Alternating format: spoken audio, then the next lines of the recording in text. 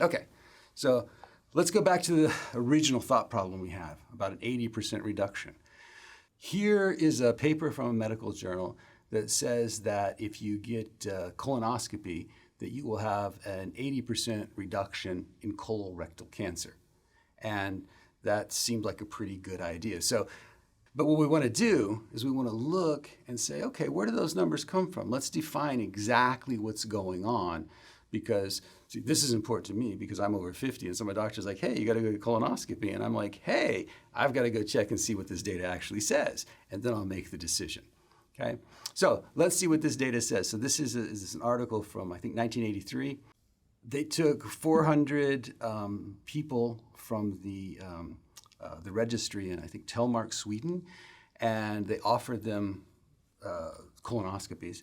And then they got 399 control people. I think probably the way that happened was they wanted 400, but somebody dropped out. Anyway, they just called these people up, and I always imagine this, right? So just imagine this: you're sitting there, and the phone rings, and you pick up the phone. You go, "Hello," because they're in Sweden, so we got to do a Swedish accent. I'm Swedish American, so I can do that. So don't cancel me.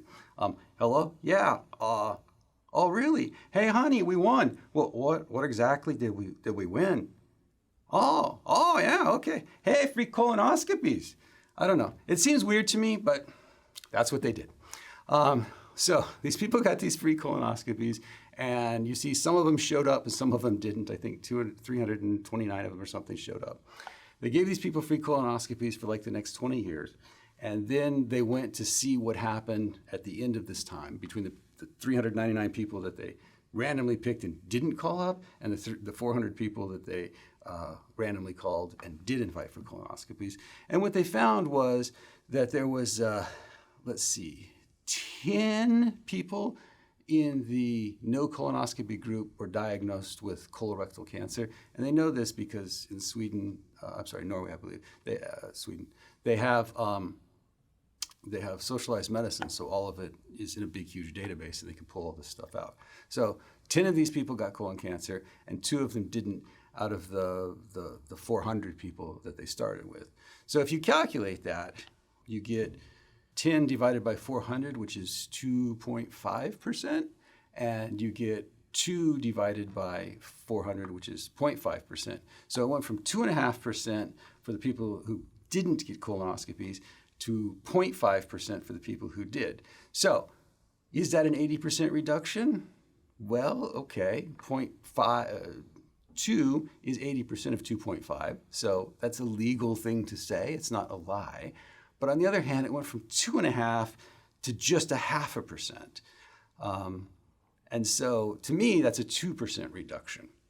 So should you get a colonoscopy? If there's an 80% reduction, maybe. If there's a 2% reduction, maybe it's not worth it. And interestingly, if you actually look through here, right, we're not necessarily interested in colorectal cancer, but of dying.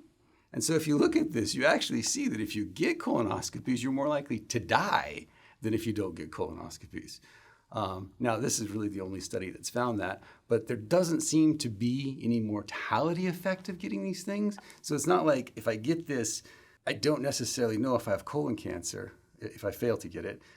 There's other ways to discover this and still be treated for it, and you might still live. So you can avoid a lot of discomfort by not getting these things, if that's your choice, right? It's a choice. But the important thing is, if they say, oh, you got to get this, an 80% reduction in your chance in colon cancer, I want to know what that 80% means, because I want to make my own decision based on my own variables, not my own variables, the true variables, but the true percentage seems to be 2% to me, not 80%.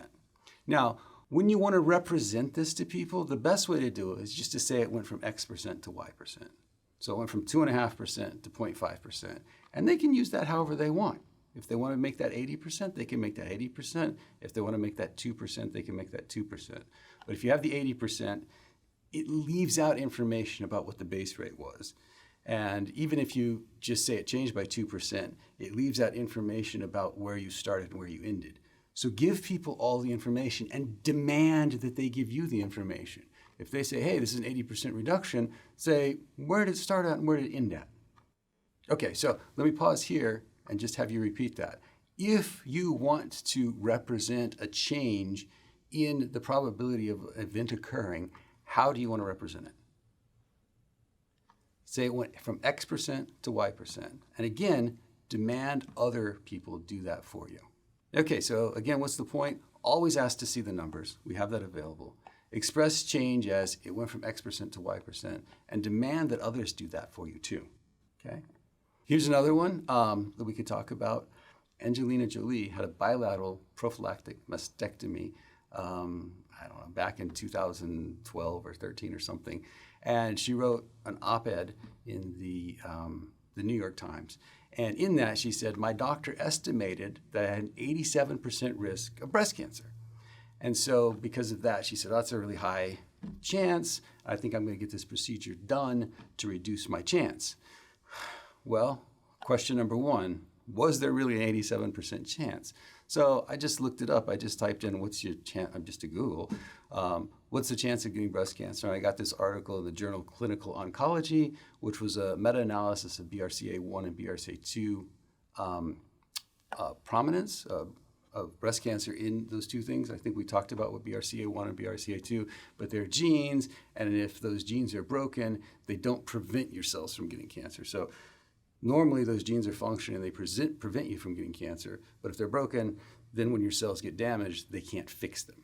Anyway, so a meta-analysis is what happens when somebody gets like all the papers that have ever been published on a topic and sort of averages across them. And what they found was that there was about a 57% or a 49%, depending on the mutations, and about a 70% chance if you have both mutations. Now, there was one paper that got as high as 87% chance, lifetime risk of breast cancer. But there was only one. There was a lot of the papers that were a lot lower than that, so when you average them all together. So the question is, why would the doctors tell her 87%? Well,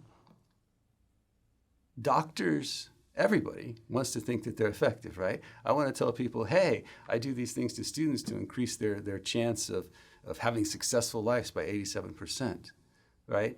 If you, on the other hand, look at these numbers, say it's 49% chance, you don't want to say, hey, I mostly perform useless surgeries. That doesn't feel good. So people want to feel like they're making the biggest impact possible, right? So they're going to pick the biggest number. People typically will pick the biggest or the smallest, depending on how you want to do it, right? Like when I show up late, my wife's like, hey, you're 30 minutes late. I'm like, I'm 15 minutes late. Right? Really, I'm 23 minutes late. Right? But I picked the one that makes me look the best, not the one that is true necessarily. And people always do this, right? How many guys do you think are 6 feet tall? Like 90% of them, right? So anyway, the point is, people will pick numbers. So you got to be careful and look at the actual numbers and say, well, these actual numbers are slightly different. The other thing is that this is a lifetime risk, right? 87% lifetime risk means looking over the whole life of a person. The problem is that Angelina Jolie had already lived some of her life, so she'd already gotten past some of the chances to have it. So it's not clear what her chance going forward was or what her chance in the next 10 years was, right? So imagine that you're in a race and you say, hey, in this race, 87% of people drop out. But you're running the race and you see the end of the race over there and there's just 14 people there left. Well, 86% of them ran out. Your chance of making it to the end is pretty good at this point, right? It's 1 in 14, not 87% of dropping out. Now, you still may drop out, but the point is, as you get close to the end of your life, you're more likely to die of something else. Similarly, because of the way these genes work, remember, they repair damage, and if they're broken, they don't repair it properly. You still have to accumulate the damage, right? And so at different ages, you're less likely to have accumulated that much damage, which is why older people are more likely to get cancer because they're more likely to have experienced more gene-damaging environmental effects. So the odds of her getting cancer in the next couple of years were probably very small because she wasn't that old. Anyway, the point of this is it wasn't 87%, not by a long shot. There was one paper that said the lifetime risk was 87%, but the risk of somebody who was non-smoker, I don't know if she's a drinker or whatever, but and non-obese and all these other characteristics that she probably didn't have was definitely lower than 87%. Now, I don't know if she made the right decision because I think her mother died of that, and so that can be a very stressful situation and make your value of taking action a lot higher than somebody else who's like, oh, I don't have any, right? So I don't like colonoscopies, but no one in my family's ever had colon cancer. I have a friend whose mother died of colon cancer, so he gets colonoscopies. It's a whole different sort of weighting mechanism. So I'm not saying whether she made the right or wrong decision, but what I'm saying is it wasn't 87%.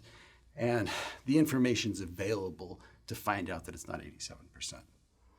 Okay?